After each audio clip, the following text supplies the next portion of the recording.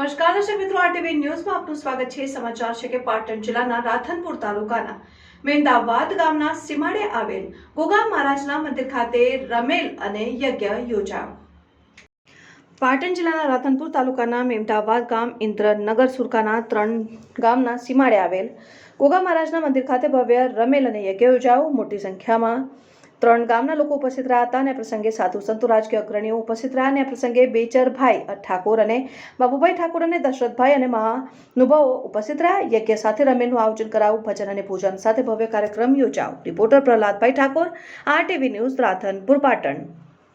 ગોગા મહારાજે સુરકા ગામ અને ઇન્દ્રનગર મહેમદાવાદ વચ્ચે આશ્રમ છે ગોગા મહારાજનો અને આમાં દરેક વર્ષ પાટોત્સવનો રમેણ રાખે છે અને દાદાનો 3 ગામનો આટલો આશીર્વાદ મળે કે આખા જે મેળા છે બધાએ ખુશ રહે અને બધાએ લહેર કરે ગોગા મહારાજની, એવી અમારી પ્રાર્થના છે।